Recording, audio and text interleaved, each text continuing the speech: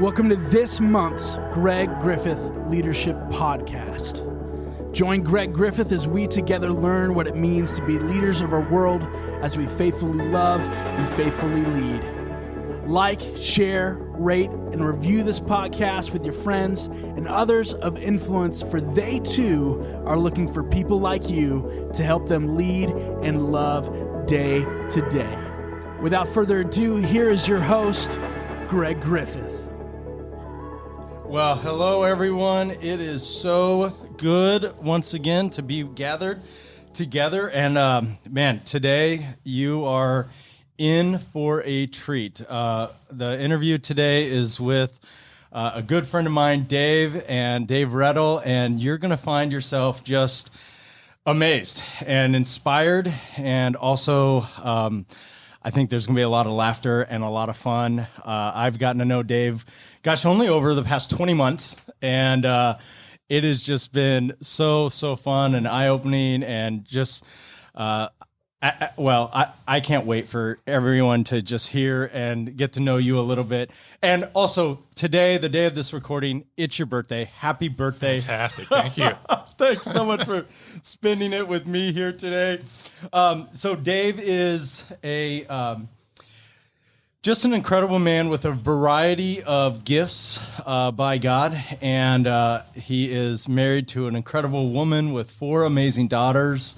And man, I got to say, as a guy, the only guy of a house as well, I know what that's like. Can't imagine being outnumbered that much.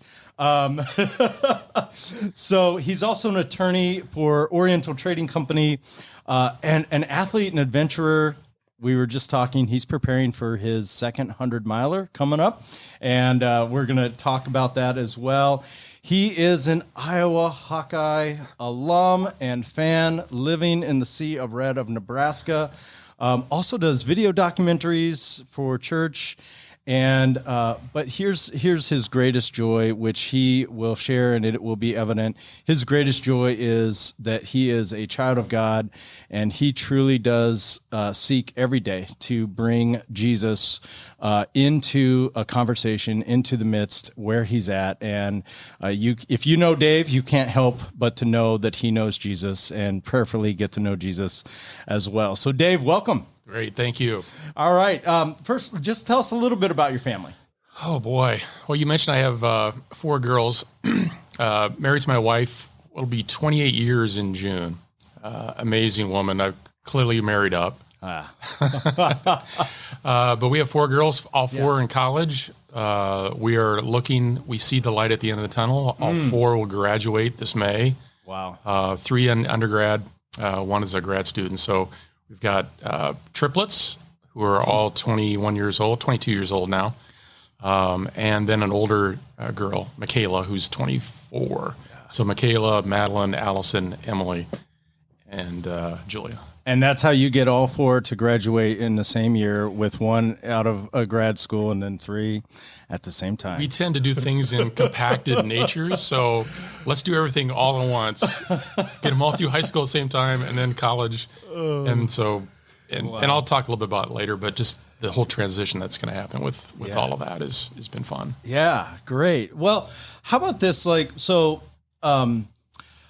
think as we get into this, the one thing that is evident from people that know you is your faith. And so just tell us, how was that? How did that come about? Where was it in your upbringing? Was it as a child? Was it an experience, college? Tell us about that upbringing, or where that genesis began. Yeah, I grew up in a small town, Iowa, congregation, LCMS congregation in Denison, Iowa. My parents, both believers, strong believers. They set the standard. They kind of set the course for us. Grew up in church. That was just the normal thing that we did. We went to church. But not only that, my dad was, and parents are both public school teachers. And so they shared their faith openly in the public school arena. And I got to see that as a student, and I got to experience that. So I got to see, I got to know and see and follow faith at church, but beyond Sunday, Monday through Friday, I got to see that lived out through other people, including my parents. Big deal. And my dad was a teacher and has always been a teacher of his own kids as well. And so when we'd go out to Colorado in the summertime, those are the best times for me because that's where I would get mentored and taught by my dad on the trails in Colorado, and which led to other kind of ministries down the road. But went to Iowa undergrad, became a Hawkeye, and even at that point, none of my friends were going to church. None of them really had any kind of foundational. They had left their own home situation, and that faith wasn't theirs anymore. It was their parents' faith. But I stayed connected to a local LCMS chapel on campus at Iowa, and actually got on the board. I was actually one of the officers and directors of this little church. You know, it was kind of my nature of getting involved and doing things. But it wasn't until after law school in Wyoming that my dad and I and some friends went to the first Promise Keepers event in Boulder, Colorado. Okay. And for 1990 through 1993, there was 3 consecutive events there and in Kansas City. And for me, that was where God really spoke to me. And my connection with Jesus was at that point became very personal. I began to realize that, boy, my purpose in life, and I was already down the road of becoming a lawyer at that point.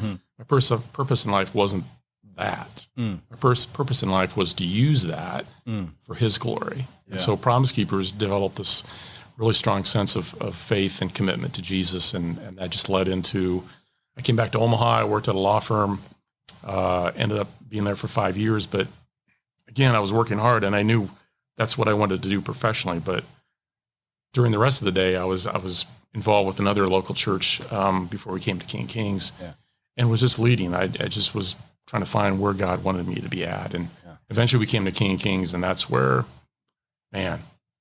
this is such a spirit-filled place and filled with spirit-filled people. And that's where my faith really took off. And we got to connect with men in this congregation and take them forward.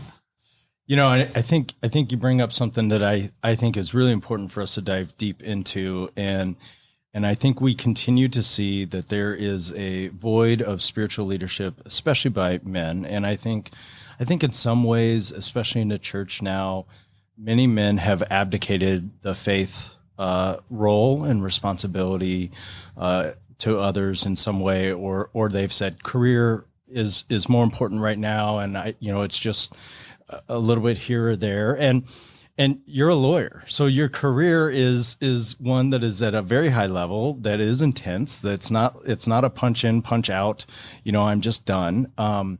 So I guess let's talk a little bit about from that Promise Keepers. And I know how involved you are with our men's ministry here and your passion for helping men grow in your faith.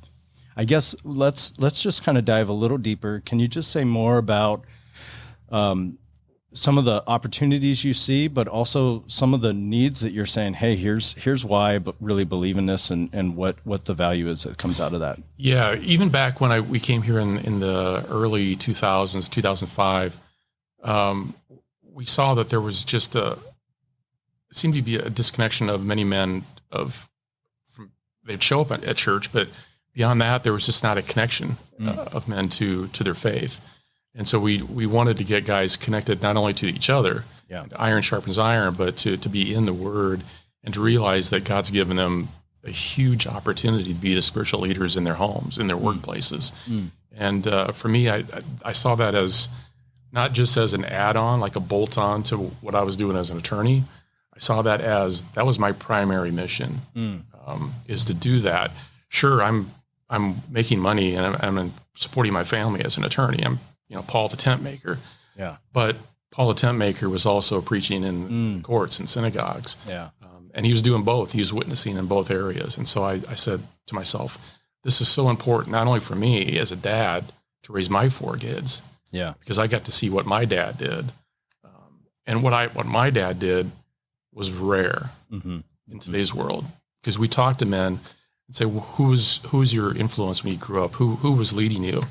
Most men didn't have a dad, right? That was leading them, right? And that was a spiritual head of their household. So missing that piece is a generational issue for guys going forward. And so we here at King Kings, we decided let's do something about that. Let's start. So we built Band of Brothers. We just built a simple ministry of getting guys together in the Word and then going beyond that and doing adventure, doing things outside that would get guys involved and excited about their faith.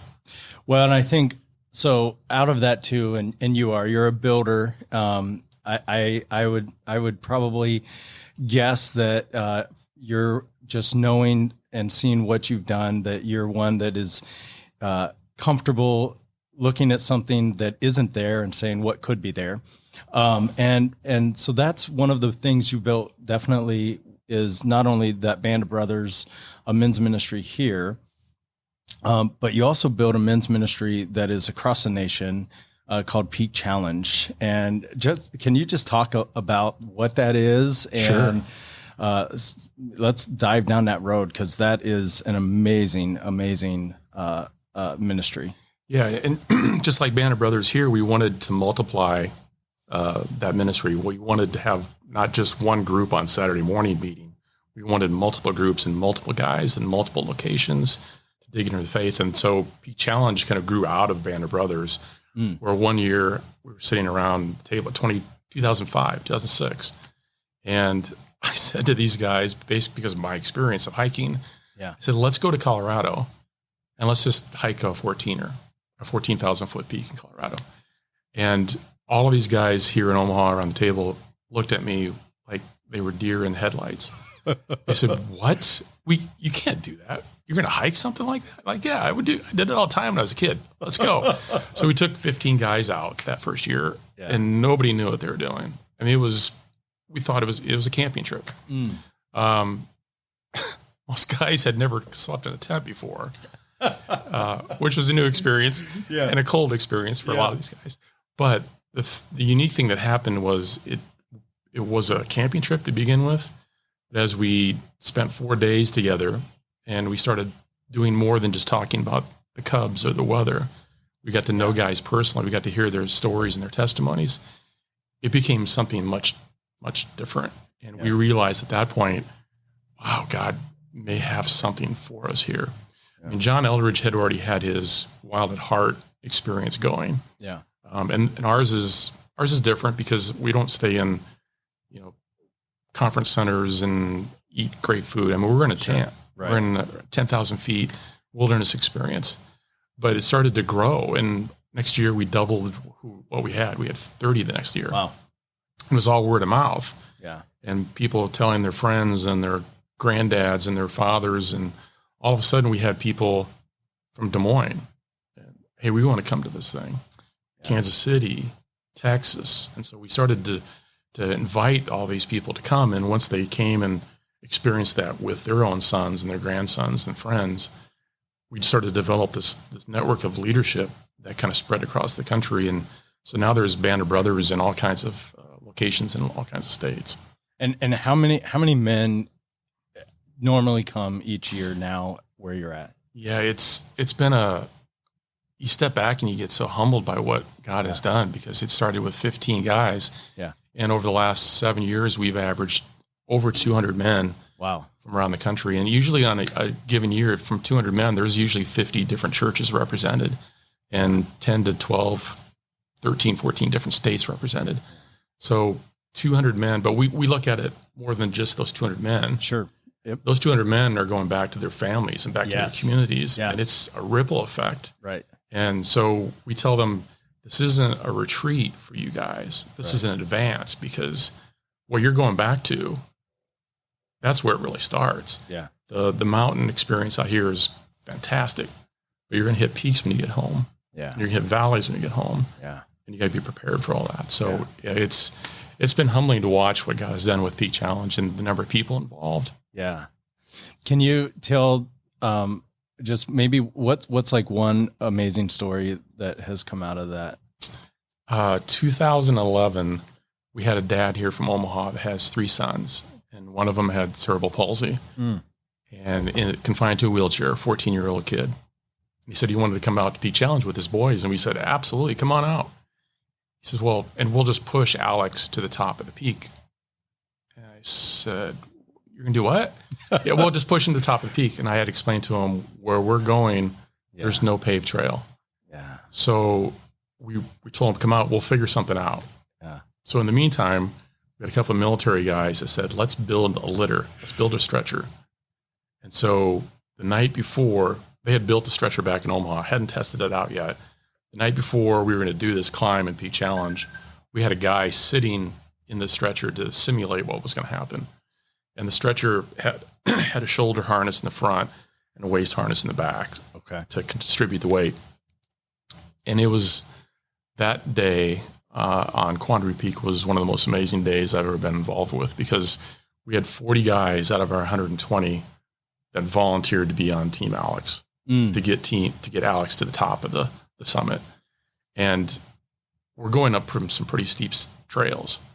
So every 150, 200 yards, those two guys that are carrying Alex have to switch out because they're worn out. Yeah. And so we get two new guys in there, and we're going up the mountain.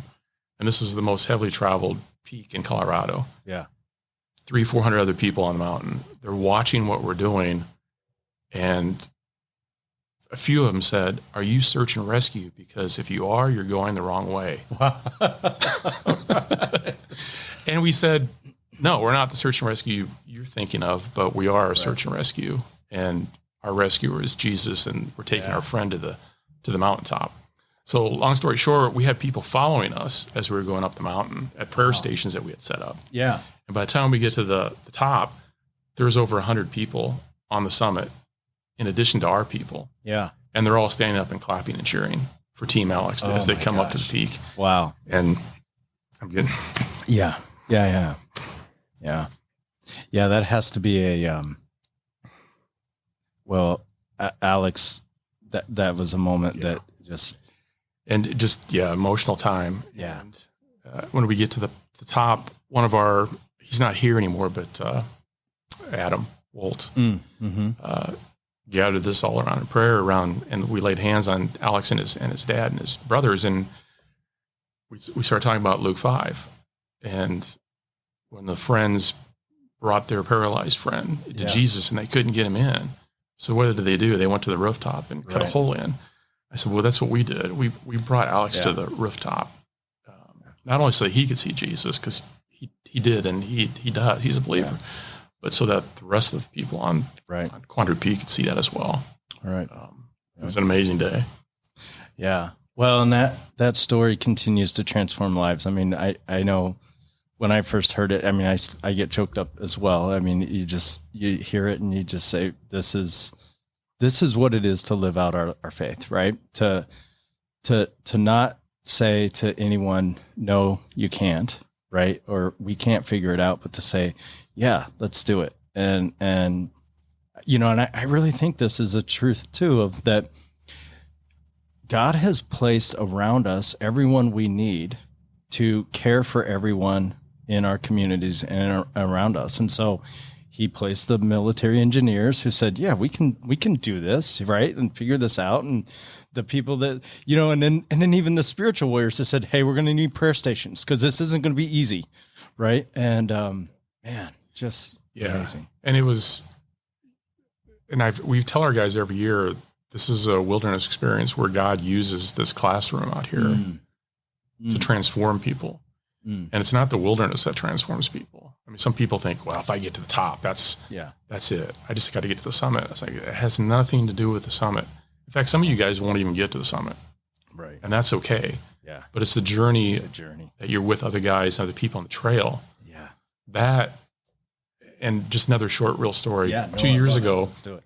Dan Wallach, Lieutenant Colonel at the Air Force Base here in Omaha, was one of our leaders, and he had gone out early to hike some 14ers, and unfortunately, he got caught in a storm and went off the side of the mountain and died. Yeah. But the year before, he and I shared the trail going up to our hike on Sunday, and the conversation that I had with him going up to that fork in the road where some guys were going to go up one peak and some guys were going to go up the other peak. That was the best time I had at Peak Challenge that year, because it was he and I simply talking about our families, our faith, dreams for what the kingdom could look like. And so we lost Dan, 2 years ago, but we haven't really lost him because his spirit is still here. Right. And guys see that what happens out there, God can use in really incredible and miraculous ways. Yeah, for sure. And I'm looking forward to this year. This will be my first experience this year, and I'm trained. I think I'm ready. I think I can definitely do it, and I'm looking forward to it. But I'm more looking forward to the journey. I'm looking forward to the just being around other men, and that's so for us. It's been so crucial is the campfire time at night of guys just hanging out and opening up and starting to talk, because around that campfire, we don't care about your titles or who you are out there. But around that campfire may be a pastor, maybe a CEO of a company, maybe one of the 22 open door mission men that we bring out. Yeah. And so there is this wide spectrum of life around that campfire, but everybody is on an equal plane because they're all children of God. Yeah. Or we're hoping that they hear the message that we're talking about, so they become children of God. And for our listeners, Open Door Mission, the men, the 20-something men that come out from Open Door Mission, these are homeless men that are living in a homeless shelter that are a part of this journey and come on out. And so, so it really is, everyone's on equal footing. That's just, and that's what the kingdom of God really does look like. And the Open Door Mission experience has been mind blowing. Yeah. For the last 5 years, we've brought guys out. They come out for free, and then what has happened is our other guys say, "Well, can they go on a whitewater trip?" Yeah. Well, they don't have the money for that, so they raise money to send with the guys from Open Door, a homeless guy. Some of these haven't even been out of Nebraska. Right. And they get to the mountains, and they're already wide-eyed by the time they get to camp.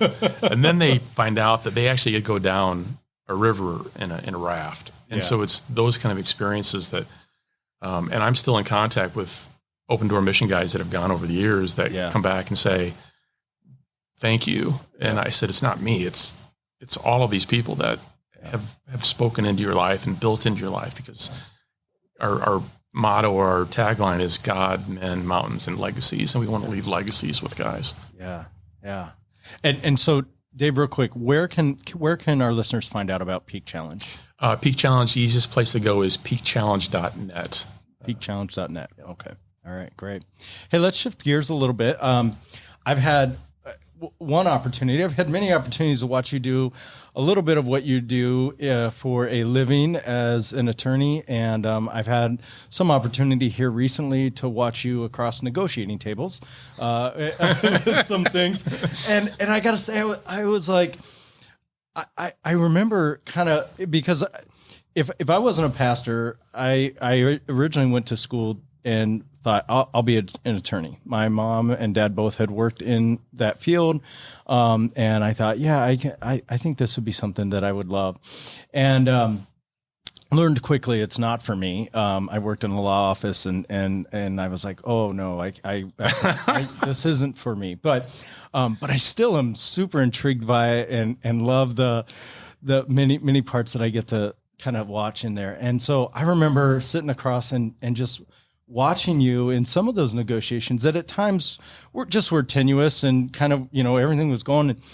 And I was like, two things. I said, one, this guy never loses his cool. Like, you can't, I don't know if he's nervous or uncertain, but it just isn't there. He's just always cool across that table.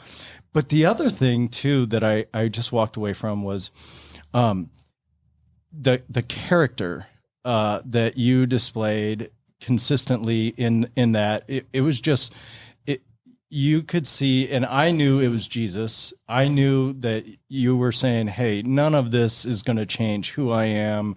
And this is who I am, which is just a person who sees every person as another child of God. And so I guess, can you talk us through, like, how do you bring that every day? Like, how does that, play out in your daily life? Because that can't be easy always, right? I mean, yeah, it's not easy. I mean, everybody juggles and wears a lot of hats during the day, whether it's your profession or whether you're a husband, a father, whatever you're doing. But for me, it's important that as soon as I wake up in the morning, that I'm grounded in prayer and in the Word. And so every morning I do a devotional, in addition to some other things. But that's so important to me. And it's not just a matter of habit that you developed over the years. Yeah.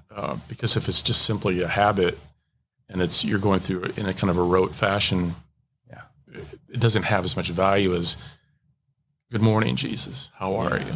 I mean, it's right. It's your life. It's your lifeline. Yeah. And so I try to bring that into the workplace every day. Is I've been given the opportunity to be here today. Yeah. To live and to use my abilities as an attorney, and in our case, Oriental Trading Company, to make the world more fun. Yeah. I get to help make the world more fun and do that in a fashion where, like you said, in a hopefully in a high character level where you treat everybody with the utmost respect, and even those folks that may not be agreeing with what you want to do as a company. Yeah. So just trying to live out that moment day by day with Jesus at your side. That's good. That's good. Let's just briefly talk to, I mean, gosh, you're just a man with a variety of gifts and talents and hobbies. You're a ultra runner. I mean, is that the right term? Is it an okay? Ultra runner. Ultra runner. Yep. So how'd you get into, I mean, you've done marathons, you've done 50 milers, and training right now for your second 100-miler. I guess just tell us about what is it about running that fills you? Goes back way to my childhood. I ran when I was a kid. My dad was a basketball coach at Denison High School, a track and cross country coach. So I actually got to ride along on the Saturday mornings with the high school track cross country team to go watch them. Yeah. I was like, that looks like fun. And so you start picking that up, and through your junior high and your high school years, you're doing that. I ran the 2 mile and the mile in high school and cross country and played basketball, and so all of that. But running is it's a lifelong sport. It's something that you can continue to do. Yeah. And so I ran 10Ks when I got into college and marathons and all of that kind of stuff. But it wasn't until probably 2014, 2015 here in Omaha that I ran into some other guys in my peer group, mid 50-year-olds, kids, careers, faith, and we became the Breakfast Club. Wow. So on Saturday mornings, at this point, I was no longer leading the Band of Brothers on Saturday mornings here. Mm-hmm. I was doing some other things, but on Saturday mornings, we would now go out to Hitchcock Nature Center, close to Omaha, or some other place, and we would run. And it wasn't, hey, we're training for a 10K. No, we would go run these super hilly places for 3 or 4 hours at a time. Yeah. And that was something brand new to me. And I like the love of being on the trails since I was a hiker. I love that. Yeah. But running that for 3 or 4 hours was something that you really had to get used to and develop. But I just developed a love for it. Wow. And that turned into a 50K race, and it turned into 50 milers, and all of a sudden the Breakfast Club guys are running 100 milers, and we're doing all of that together. And so the journey has been good because I would never have done that by myself. But I had community and was able to do and tackle things that I didn't think I had in me. Wow. And now that I look back on it, I'm thinking, yeah, that was hard. Those races were hard. But once you put one foot in front of the other, anybody can do that. Yeah. And so that would be my encouragement for if you're on the edge of getting in shape or running, just get out the door and start. You don't have to be a superstar. Yeah.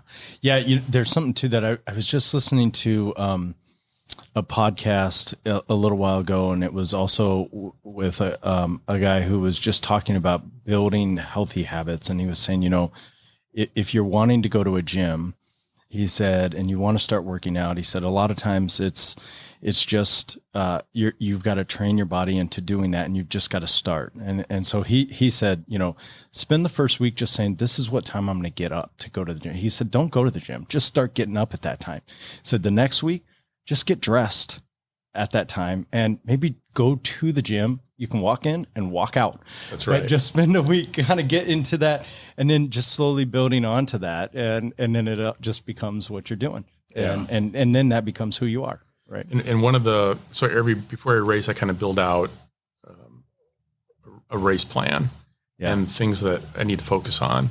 And one of the things all the time I'm focusing on is you can train your body by mile, every mile. Yeah. You really need to train your mind. Yeah.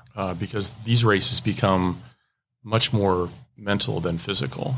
Wow. Because your body can handle things A lot. Yeah. But your brain will tell you can't do that. Right. Or you're not fit for this, or this isn't worth it. And so you got to train your mind. And for me, a lot of the training runs and even the races turn into really long extended prayer times where I'm on the trail and it's Jesus and I out at mile 65 where nobody else is around. Right. And I'm either having a conversation with him or I'm listening to worship music, or I'm just in some mode of worship or prayer that makes it just ties all of the running together, because I'm not doing the running and finishing the race to get the shiny medal or to get accolades from somebody. To me, it's a sense of accomplishment of doing something, but knowing that I did that through the glory of God. Wow. And the people you meet along the way as you run, you get to talk, you get to share your faith with them. Yeah. Oh, that's great. Do you got time for 2 more questions? Sure. All right. So Dave, help us, like right now, obviously the world has been turned upside down. Maybe it's right sizing again. We're praying. Looks like some of that, but what would you say right now is the biggest challenge that you're just facing right now? Yeah. The biggest challenge, and it's for us, it's transition time in our family. Our 4 girls will all be graduating college in some respects.